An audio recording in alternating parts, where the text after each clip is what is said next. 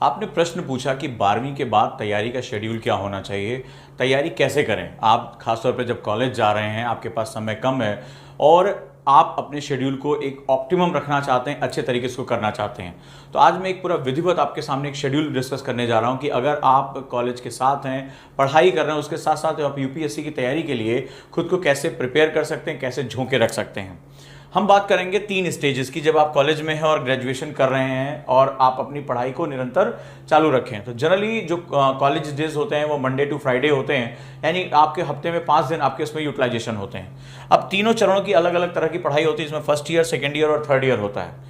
अब मैं सबसे पहले बात करूंगा, अगर आप ग्रेजुएशन फर्स्ट ईयर में हैं, 12th कर चुके हैं और ग्रेजुएशन फर्स्ट ईयर आपका चल रहा है, तो वहां पर आपको अपने कॉलेज को ज्वाइन करने के साथ साथ आप जब उसकी पढ़ाई कर रहे हैं तो कोशिश करिए क्लासेस में आप ऑप्टिमम रह सकें। जो टीचर आपको पढ़ा रहा है उस पर ज़्यादा से ज़्यादा आप फोकस करिए, क्योंकि अपने दिमाग में हमेशा ये रखिएगा कि जितना ज़्यादा आप समय बचा पाएंगे उतना ज़्यादा यूपीएससी को दे पाएंगे। याद रखिएगा, यूपीएससी एक जुनून की कहानी है, एक ऐसा समर्पण है जहां हर समय सोते जागते आपको केवल और केवल सिविल सेवा के बारे में सोचना है। आपको उस तरीके के बारे में सोचना है, उस मुकाम के बारे में सोचना है जहां कल को आप लाखों लोगों की जिंदगी में परिवर्तन कर पाएंगे। लेकिन ये जो समर्पण, ये जो त्याग है, वो आपसे सबसे पहले ले लिया जाएगा और उसकी सबसे बड़ी जरूरत है। जब आप अपने क्लासेस में हो, आपके टीचर क्लासेस कर रहे हो, तो आप कोशिश करिए कि जो नोट्स आप बनाइए वो शॉर्ट नोट्स बनाएं या उनको पॉइंट वाइज करें, ताकि आप क्लास की चीजों को ज्यादा से ज्यादा याद रख सकें, ज्यादा से ज्यादा आप उसको समझ सकें। तो ये हमारा पहला चरण रहा। और इसी के साथ साथ अब जब आप घर आते हैं या उसके बाद आप जो है वो अपने घर पहुंचते हैं, हॉस्टल पहुंचते हैं, तो आप सेल्फ स्टडी के लिए टाइम निकालिए। और इस सेल्फ स्टडी के लिए जो डेली आप कम से कम 3 से 4 घंटे आप डिवोट करेंगे अपने यूपीएससी के लिए, आपको ये टाइम आसानी से मिल जाएगा। सुबह 9 बजे आपका कॉलेज है तो 2 बजे आपकी छुट्टी मिल जाती है, आपको छुट्टी हो जाती है, तो आपके पास जो है वो अमूमन 5 घंटे रहते हैं पढ़ने के लिए। कॉलेज के शुरुआती दौर पे जो है वो बहुत ज़्यादा प्रेशर नहीं रहता है, इतना ज़्यादा जो है वो दबाव नहीं होता है। फेस्ट चल रहे होते हैं, फ्रेशर पार्टी चल रही होती है, क्लासेस बहुत ज़्यादा जो है इनपुट्स नहीं होते हैं। तो ऐसी कंडीशन में आप देखते हैं कि वहाँ पर आपका अपने कॉलेज में जो पढ़ाया गया उसके लिए 1.5 से 2 घंटा मोर देन इनफ है। अगर आप उसको रिवाइज करते हैं तो काफ़ी अच्छे से आपका काम हो जाएगा। आपके जो 3 से 4 घंटे आपको मिल रहे हैं, वो 3 से 4 घंटे आप यूपीएससी के लिए देना शुरू करिए और अपने बेसिक्स को जो है वो डिफाइन करिए। अब हम बात करेंगे कि इन 3 से 4 घंटों में आपको क्या क्या चीजें हासिल करनी है। तो जो आपके पास सेगमेंट्स हैं, जो फर्स्ट ईयर का मैं आपको सेगमेंट दे रहा हूं, उसमें तो सबसे पहले आप न्यूज़पेपर पे सबसे ज़्यादा फोकस करेंगे। न्यूज़पेपर आप अपने कॉलेज की लाइब्रेरी में भी पढ़ सकते हैं, कहीं ट्रैवलिंग कर रहे हैं तो वहां भी पढ़ सकते हैं। न्यूज़पेपर को आप अपना आधार बनाकर लेकर आइए। जैसे अगर आप इंग्लिश में हैं तो हिंदू या इंडियन एक्सप्रेस, इंग्लिश में है तो दैनिक जागरण का राष्ट्रीय संस्करण या जनसत्ता। लेकिन इसको आप आदत बनाइए और सिलेबस के अकॉर्डिंग पढ़िए। जब आप न्यूज़पेपर पढ़ेंगे तो आप सिलेबस के अकॉर्डिंग पढ़ेंगे। जैसे कोई महिलाओं का मुद्दा है तो जीएस पेपर 1, कोई आपदा प्रबंधन का मुद्दा है या आपदाओं का मुद्दा है, जीएस पेपर 3 हो गया, कोई पॉलिटिकल इशू है, जीएस पेपर 2 हो गया। इस तरह की चीजों को आप जो है वो लगातार अपने साथ लेकर आएंगे। दूसरा, यहां पर जब आप शुरुआत करेंगे तो कोशिश करिए जो आपका फर्स्ट ईयर है वो एनसीईआरटी के साथ जुड़ा हुआ हो, एनसीईआरटी आपकी प्रिपेयर हो। एनसीईआरटी जो 6 से लेकर 12वीं तक कुल 52 किताबें हैं यहां पर, जो आपके लिए बहुत इंपॉर्टेंट हो जाती हैं, बहुत महत्वपूर्ण हो जाती हैं। अब ये 51 और 52 बुक्स जो है वो काफी बल्कि हो जाती हैं, तो एक तरीका ये है कि आप इनको रीड करिए, इनके नोट्स बनाइए। और सबसे महत्वपूर्ण जो एनसीईआरटी है वो होता है, इसको हम लोग कहते हैं बीटीएल, बिटवीन द लाइंस, यानी उनकी लाइनों के बीच में जो छुपे हुए मतलब हैं, जो अर्थ हैं, वो समझना आपके लिए बहुत जरूरी होता है। तो आप इसके लिए जो, जैसे अभी हमने एक शुरुआत की इसी बात को देखते हुए कि अपने बेसिक्स को आप जो है वो पूरा कर लें, एक बहुत ही सिंपल, बहुत ही कम फीस में एक एनसीईआरटी कोर्स शुरू किया है, जिसमें अभी तक की जो इंडिया में जितना भी एनसीईआरटी पढ़ाया जाता है, सबसे विविध टीम जो है वो इसी के साथ है। हर सब्जेक्ट के लिए एक डेडिकेटेड टीचर है और एक बहुत ही जो दिल्ली के जाने माने जो टीचर्स अपने अपने सब्जेक्ट के, वो एनसीईआरटी टीच करें, ताकि आपको वही स्टैंडर्ड मिले, न कि कोई एक टीचर अपने सारे सब्जेक्ट पढ़ाता चला जा रहा है। तो यहां हम एनसीईआरटी में वो क्वालिटी लेकर आ रहे हैं, क्योंकि एनसीईआरटी आपकी समझ को विकसित करने का बेस है। तो जो फर्स्ट ईयर है वो आप टारगेट रखिए कि आप एनसीईआरटी को पढ़कर, उनके नोट्स बनाकर, उसके ऊपर ऑब्जेक्टिव क्वेश्चन करके अपने आप को जो है वो 30% तक की तैयारी को अपना बना लेंगे। इसका जो योगदान होता है 30 to 40% होता है, वो यहां पर बेसिक्स आपका तैयार हो जाएगा। और जब आप पढ़ें तो आप कोशिश करें कि बीटीएल पर सबसे ज्यादा फोकस करके रखें, बिटवीन द लाइन्स। अब हम बात करेंगे अपनी तैयारी में वीकेंड्स का प्रयोग कैसे करते हैं। इस दौरान आपका कॉलेज नहीं होगा और आपके पास समय बचा होगा। ये जो टाइम आपको मिल रहा है इसको बढ़ाकर यहां पर 6 to 7 आवर्स कर दीजिए आप, यानी वीकेंड पे आप जो है ज्यादा पढ़ाई करेंगे। कई बार आपको ये लगेगा कि आप बड़ी तकलीफ दे प्रोसेस से गुजर रहे हैं, आपको घूमना फिरना, दोस्तों के साथ एंजॉय करना, अभी तो आपने 12th पास किया है, अभी आपके जो है वो एंजॉय करने का दिन है, लेकिन हर समय अपने दिमाग में रखिएगा कि मैंने देश की सबसे प्रतिष्ठित सेवा में जाने का फैसला किया है।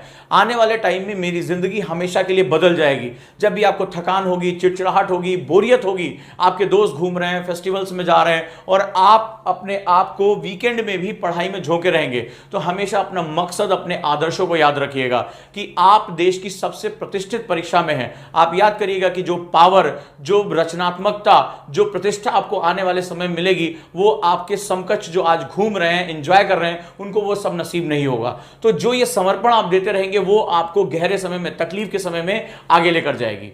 तो इस तरह जो है वो आप फर्स्ट ईयर में अपने सेगमेंट्स को लेकर आगे चलेंगे। अब हम बात करते हैं जब आप अपने ग्रेजुएशन के सेकेंड ईयर में आ जाएं। सेकेंड ईयर वो टाइम होता है जहां आप यूपीएससी के लिए बहुत सीरियस अप्रोच लाना शुरू करेंगे, क्योंकि आप 21 साल होते होते या अपने फाइनल ईयर में आते आते आप इस परीक्षा को देने के लायक हो जाएंगे। याद रखिएगा इस बात को। आप ग्रेजुएशन फाइनल ईयर में भी अगर आप 21 वर्ष पूरे हो रहे हैं अर्हता के हिसाब से, तो आप ये परीक्षा दे सकते हैं और देश के सबसे कम उम्र के आईएएस ऑफिसर बन सकते हैं। कई बार यह देखा जाता है कि जो एक परंपरा चली आ रही है कि अभी क्या, अभी 25-26 साल के हो जाएं तब यूपीएससी के बारे में सोचेंगे, तो मैं आप सभी से निवेदन करूंगा कि यूपीएससी के आंकड़े जरूर देख लें। जो नए आंकड़े आ रहे हैं, 21 साल, 22 साल, 23 साल के बच्चे तेजी से यूपीएससी में सेलेक्ट हो रहे हैं और यूपीएससी जो है वो बैकडोर से नए जो युवक युवतियां हैं उनको यूपीएससी में लाने का प्रयास कर रहा है, ताकि उनकी सर्विस का स्पैन बढ़े। और जितना ही आपकी सर्विस का जो है अवधि बढ़ती है, आप उतना ही नेशन के लिए एसेट होते चले जाते हो, बहुमूल्य हो जाते हो। आपकी जो सेवा है, सिविल सेवा, वो अनुभव आधारित है। वहां आप फील्ड वर्क करके सीखते हो कि आप कैसे बेहतरीन ऑफिसर बन सकते हो। आपके सामने जो चुनौतियां आती हैं उनसे आप लड़ते हो। अब हम सेकंड ईयर की बात करते हैं, तो सेकंड ईयर में हमें क्या करना है। क्योंकि फर्स्ट ईयर में आपने न्यूज़पेपर में अपना बेस बनाना शुरू कर दिया है। यहां एक मिथ होता है, कई बार बच्चे पूछते हैं कि क्या हमें करंट अफेयर्स अभी से पढ़ना चाहिए। तो मैं आपको बता दूं कि यूपीएससी पैराशूट स्टूडेंट को अवॉइड करता है। आप ये सोचिए कि आप एक साल का करंट अफेयर्स पढ़ के उनको आंकड़े रट के यूपीएससी में कुछ कर पाएंगे, तो ऐसा संभव नहीं है। यूपीएससी मुद्दों पर और विवादों पर बहुत फोकस करती है, और मुद्दों यानी इश्यूज पे और कॉन्फ्लिक्ट्स पे अपना एक दृष्टिकोण बनाना एक लंबी प्रक्रिया होता है। लोग शुरुआत से ही इस काम में लग जाते हैं। न्यूज़पेपर रीडिंग का सिर्फ यह मकसद नहीं होता है कि मुझे करंट अफेयर्स प्रिपेयर करना है। न्यूज़पेपर रीडिंग का जो सबसे बड़ा मकसद होता है वो होता है थॉट्स को डेवलप करना, कॉन्टिन्यूटी को बनाए रखना, और जो विचार आ रहे हैं, चाहे वो उसके पक्ष में आ रहे हो चाहे उसके विपक्ष में आ रहे हैं, उन विचारों पर अपनी एक पकड़ बनाए रखना। तो अगर आप यूपीएससी में जाना चाहते हैं तो न्यूज़पेपर रीडिंग को अपनी आदत का हिस्सा बनाइए। कई बार आप ये कहते हैं हमें समझ में नहीं आ रहा, तो फर्स्ट ईयर में तो मैं आपसे कहूंगा कि आप बस पढ़ने की आदत डालिए। आप नोट्स नहीं बना रहे, कोई बात नहीं, कोई परेशानी वाली बात नहीं है। बस अगर कल को ये बात हुई कि प्रधानमंत्री हमारे किस राष्ट्र में गए, हाउडी मोदी का कॉन्सेप्ट कहां पर जो है वो ऑर्गेनाइज हुआ, ईरान के साथ हमारा मुद्दा क्या है, तो आपको अनसुना नहीं होना चाहिए। आपको ऐसा नहीं होना चाहिए अरे पता नहीं किस बारे में बात करें। आपको ये पता होना चाहिए कि इस समय जीडीपी क्या चल रही है, राष्ट्र में बैंकिंग व्यवस्था में क्या चल रहा है, पॉलिटी में क्या हुआ, मोटर व्हीकल एक्ट क्या नया आया है, उसमें आपको बस उनके बारे में एक जानकारी होनी चाहिए। धीरे धीरे ये जानकारियां छनते हुए आपके गहरे मस्तिष्क में पहुंचेंगी और अब आप यहां पर जो है उस पर एडवांसमेंट कर पाएंगे। सेकेंड ईयर के टाइम में आपको यहां जो सबसे इंपॉर्टेंट फोकस करके रखना है वो अब आप हायर स्टडीज के लिए जाएंगे, यानी यूपीएससी प्री की प्रिपरेशन पे आप लग जाएंगे। तो जो बेसिक बुक्स हैं आपकी, आप यहां पर जैसे बर्नवाल हो गया, जैसे अगर हम बात करें खुल्लर हो गया ज्योग्राफी के लिए, रमेश सिंह हो गया आपकी इकोनॉमी के लिए, ये सब चीजें जो है वो आप अध्ययन करना शुरू कर देंगे। इतिहास के लिए जो आप बेसिक जो है विपिन चंद्रा की बुक्स आप प्रेफर कर सकते हैं, या आपने स्पेक्ट्रम तो एटलीस्ट आप सेकेंड ईयर में पढ़ना जरूर शुरू कर दें। अगर विपिन चंद्रा आप नहीं पढ़ पा रहे हैं तो स्पेक्ट्रम जरूर पढ़ें। इसके साथ साथ जो और किताबें हैं, जैसे अगर हम बात करें तो सुभाष कश्यप की बुक आपके लिए बहुत इंपॉर्टेंट रहेगी अगर आप सेकेंड ईयर में हैं पॉलिटी के लिए। लक्ष्मीकांत तुरंत मत जाएगा, क्योंकि लक्ष्मीकांत में कई इंफॉर्मेशंस ऐसी हैं जो फ्रेशर को समझने में बड़ी दिक्कत करती हैं। तो जो सुभाष कश्यप में बुक लिखी है वो एक टेक्स्ट की तरह लिखी है, जहां पर आप एक रुचि, जिसमें 2 पार्ट आते हैं, वो दोनों पार्ट आप अध्ययन करना जरूर शुरू करें। साथ ही साथ न्यूज़पेपर के साथ जब आप अटैच रहेंगे तो आपको ये चीजें पता चलती रहेंगी। तो सेकेंड ईयर में भी आप सेम टाइम टेबल फॉलो करें। अगर संभव हो तो अपने वीकेंड्स में 1 घंटा आप ऐड करना शुरू कर दें। आपको हर वीक में 2 घंटे एडवांस मिलना शुरू हो जाएगा। लेकिन जब आप सेकेंड ईयर में आएंगे, अब छोटे छोटे शॉर्ट आंसर्स लिखें। यानी इसके साथ मैं एक चीज और अटैच करूंगा और वो है आंसर राइटिंग। इसमें छोटे छोटे शॉर्ट आंसर्स, मुश्किल से 50 वर्ड 100 वर्ड के अंदर आंसर राइटिंग करें। इसका आपको लाभ ग्रेजुएशन में भी मिलेगा और साथ साथ आपकी आंसर राइटिंग प्रैक्टिस भी शुरू हो जाएगी। हाँ, याद रखिएगा, दीर्घ उत्तर आप मत लिखिएगा, लॉन्ग आंसर जो 150 200 वर्ड के अभी मत लिखिएगा, क्योंकि आपके शब्दों की संरचना भी बनना बहुत आवश्यक है। पॉइंट में आप लिख सकते हैं, लेकिन आप आंसर राइटिंग करिए, भले चाहे डेली एक आंसर छोटा सा लिख लीजिए, वीकेंड पे 3 से 4 आंसर लिख लीजिए, आप उसको कंटिन्यू करके रखिए। तो ये सेकेंड ईयर का सेगमेंट है, सेम चलता रहेगा। अब थर्ड ईयर आ जाता है। थर्ड ईयर में कॉलेज में आपको थोड़ा सा दबाव कम हो जाता है, कॉलेज में भी आपकी जान पहचान हो जाती है, आप जो है वो धीरे धीरे चीज़ों को मैनेज करना सीख जाते हैं। तो यहाँ पर जो है सेगमेंट ये होता है कि आप अपने टीचर से भी अच्छी जान पहचान बना लेते हैं, वो भी देखते हैं कि आप लगातार 2 सालों से बहुत अच्छा एकेडमिकली कर रहे हैं, सिविल सेवा में आपका बहुत रुझान है। तो हर टीचर ये चाहता है कि मेरा स्टूडेंट आगे बढ़े, मेरा नाम हो, और कल को अगर आप सिविल सेवक बनते हैं तो सबसे ज्यादा अगर दुनिया में किसी को खुशी होगी तो आपके टीचर को होती है, आपके माता पिता को होती है। तो आपसे उनसे सहयोग, उनसे आप सीधे सीधे बात करें कि मैडम मैं 2 वर्षों से लगा हुआ था और मेरा बेस जो है वो रेडी हो रहा है, अब मैं अपने एडवांस के लिए जाना चाहता हूं, आपकी उसमें मदद चाहिए। आप देखेंगे आपका टीचर जो है सहर्ष इस बात को स्वीकार करेगा और आपकी जो है मदद करने के लिए आतुर रहेंगे।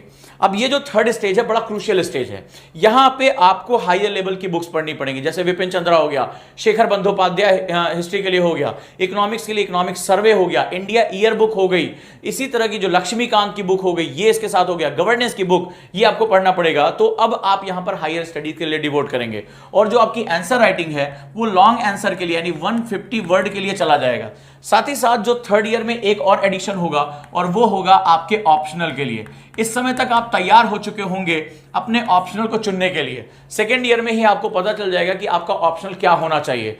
ऑप्शनल बहुत ही केयरफुल होकर चुनना है। आप चाहे तो अपने ग्रेजुएशन के सब्जेक्ट चुन सकते हैं, या जिन सब्जेक्ट्स में आपको जीएस पढ़ने के दौरान रुचि पैदा हुई हो, चाहे वो भूगोल हो, चाहे वो इतिहास हो, चाहे वो पॉलिटिकल साइंस हो, समाजशास्त्र हो, हिंदी साहित्य हो, कुछ भी अगर आपको लग रहा है कि वो आपकी रुचि है, वो आपका सेगमेंट बन सकता है। आप थोड़ी स्टडी भी करते हैं, क्योंकि आपको पता चल जाता है कि इसमें मार्क्स अच्छे आ रहे हैं, कहां से रैंकिंग अच्छी आ रही है, कहां का पेपर जो है वो हमारी समझ में आ रहा है, मेरी रुचि किस में है। इन सब चीजों को आप क्राइटेरिया करना शुरू कर देंगे। तो ये काम आप सेकेंड ईयर से ही करेंगे, ताकि अगर आप 2 या 3 ऑप्शन पढ़ने के बाद, मान लीजिए आपने सेकेंड ईयर में हिस्ट्री ले लिया और कुछ समय बाद आपको लगा कि हिस्ट्री आपको नहीं समझ में आ रही है, या बोरियत हो रही है, या डाटा याद नहीं हो रहा है, तो आप सेकेंड ईयर के एंड तक आते आते उसको चेंज कर सकते हैं। लेकिन आप एग्जाम की तैयारी के समय इसको चेंज करना आपके लिए बहुत घातक होगा। तो आप थर्ड ईयर में आते आते अपने ऑप्शन को फाइनलाइज करके उसकी प्रिपरेशन भी करना शुरू कर दीजिए, उस पर विचार करना शुरू कर दीजिए, और यहीं पर सेम आप अध्ययन करते जाइए। ये जो आप डेली अध्ययन है, ये 4 to 5 आवर्स अब आप करना शुरू कर दीजिए। इस समय आप अपने लक्ष्य के बहुत करीब पहुंच चुके होंगे। तो जो आपका वीकेंड का टाइम है वो 8 से 9 घंटे आपके डेडिकेशन के लिए जाना चाहिए। यकीन मानिए इस समय तक आपको थकान भी हो रही होगी, एक आपको घबराहट भी हो रही होगी, लेकिन अपने मन में याद दिलाएगा कि ये फाइनल स्ट्रोक का समय है। अगर ये साल जो थर्ड ईयर है आपका, अगर ये साल बहुत अच्छा निकल गया तो यकीन मानिए आपको सफल होने से और देश का सबसे कम उम्र का आईएएस होने से कोई रोक नहीं पाएगा। कई बार ये होता है कि अरे अभी ग्रेजुएशन कर लें, एंजॉय कर लें, बाद में देखेंगे। नहीं, जिसको तैयारी करनी होती है, जिसको टॉप रैंक लेकर आना होता है, जिसको इतिहास रचना होता है, वो 12th के बाद बहुत गंभीरता से अपनी तैयारी को शुरू कर देता है। मैं ये नहीं कहूंगा कि ग्रेजुएशन फाइनल में आपका सिलेक्शन हो ही जाएगा, लेकिन यकीन मानिए जब आप एग्जाम देने जाएंगे और एग्जाम में आपकी जो गलतियां होंगी वो आप 1 साल के भीतर आसानी से सुधार सकेंगे। अब अंदाजा लगाइए कि अगर आप ग्रेजुएशन के बाद शुरू करते हैं और सेम यही प्रक्रिया से गुजरते हैं, एनसीईआरटी, फिर इंटरमीडिएट बुक्स, फिर उसके बाद एडवांस बुक्स, उसके बाद आंसर राइटिंग, फिर आपको 2 से 3 साल लग जाते हैं, यकीन मानिए। और उसके बाद जब आप एग्जाम देने जाते हैं और फिर गलतियां होती हैं तो फिर सुधारने के लिए आपके पास समय नहीं होता है। तब तक आपका बेशकीमती 3 से 4 साल निकल चुका होता है और आपका बैचमेट हो सकता है कि आपका बहुत सीनियर मोस्ट ऑफिसर के रूप में वो तैनात भी हो जाए, वो नियुक्त भी हो जाए। इसीलिए कहा जाता है early bird gets the worm, जो सबसे पहले काम शुरू करता है उसी को सबसे ज्यादा मिलता भी है। तो ये रहा 3 जो हमारे सेगमेंट्स हैं, 3 साल का जो हमारा इनपुट्स है, इस हिसाब से उसको तैयारी करिए। सेकेंड ईयर में अगर आपको लग रहा है कि आपके पास कोई गाइडेंस नहीं है, तो जब आप सेकेंड ईयर में आते हैं तो यहां पर भी हमारे पास 2 ईयर का जो है कॉन्सेप्टर बैच अवेलेबल है ऑनलाइन। एक तो कक्षा कार्यक्रम हमारे पास बहुत ही खूबसूरत है, केवल 35 बच्चों के लिए। फर्स्ट ईयर के लिए आप एनसीईआरटी प्रेफर कर सकते हैं और अपनी पढ़ाई को एक नया आयाम दे सकते हैं। जो दोस्तों मैंने टाइम टेबल बनाया, जो स्टेजेस बनाए हैं, उनको फॉलो करिए और अपने अंदर हमेशा विश्वास करिए। जब भी आपको वीकेंड में समय मिले, एकांत में बैठिए, अपनी डायरी लिखिए। आपके मन में निराशा आ रही होगी, ऊब हो रही होगी, आपको लग रहा होगा कि आप संसार से पिछड़ रहे हैं, आपके दोस्त एंजॉय कर रहे हैं, रोज नई नई फोटोज लगा रहे हैं और आप एक बंद कमरे में पढ़ाई कर रहे हैं। हमेशा अपने मकसद को अपनी दीवार के सामने रखिए, उस पर एक घोषणा पत्र लिख दीजिए, मैं फलाना अपना नाम इस व्यक्ति को आईएएस बनकर रहूंगा, और रोज उसको याद करिए, रोज उसको देखिए और अपने मन में विश्वास करिए कि अगर कोई सिलेक्शन ले सकता है तो मैं। आज ये 3 साल की मेरी बंद कमरे की तपस्या कल मुझे एक स्वर्णिम भविष्य देगी। आज जो लोग घूम रहे हैं, कल मेरे ऑटोग्राफ लेने के लिए, मेरे हस्ताक्षर और मेरे साथ फोटो खिंचाने के लिए परेशान रहेंगे, मेरे पीछे पीछे भागेंगे। जो मेहनत करता है वही इतिहास लिखता है, लेकिन मेहनत हमेशा सही समय पे होनी चाहिए, सही तरीके से होनी चाहिए, और यह तरीका बहुत ही जांचा परखा है। इस वे में आप पढ़ाई करते हैं तो देखिए आप कैसे एक स्वर्णिम भविष्य लेकर निकलते हैं, और यही ओजांग आईएएस एकेडमी का हमेशा प्रयास रहा है। कोई भी प्रश्न हो कमेंट बॉक्स में जरूर पूछें।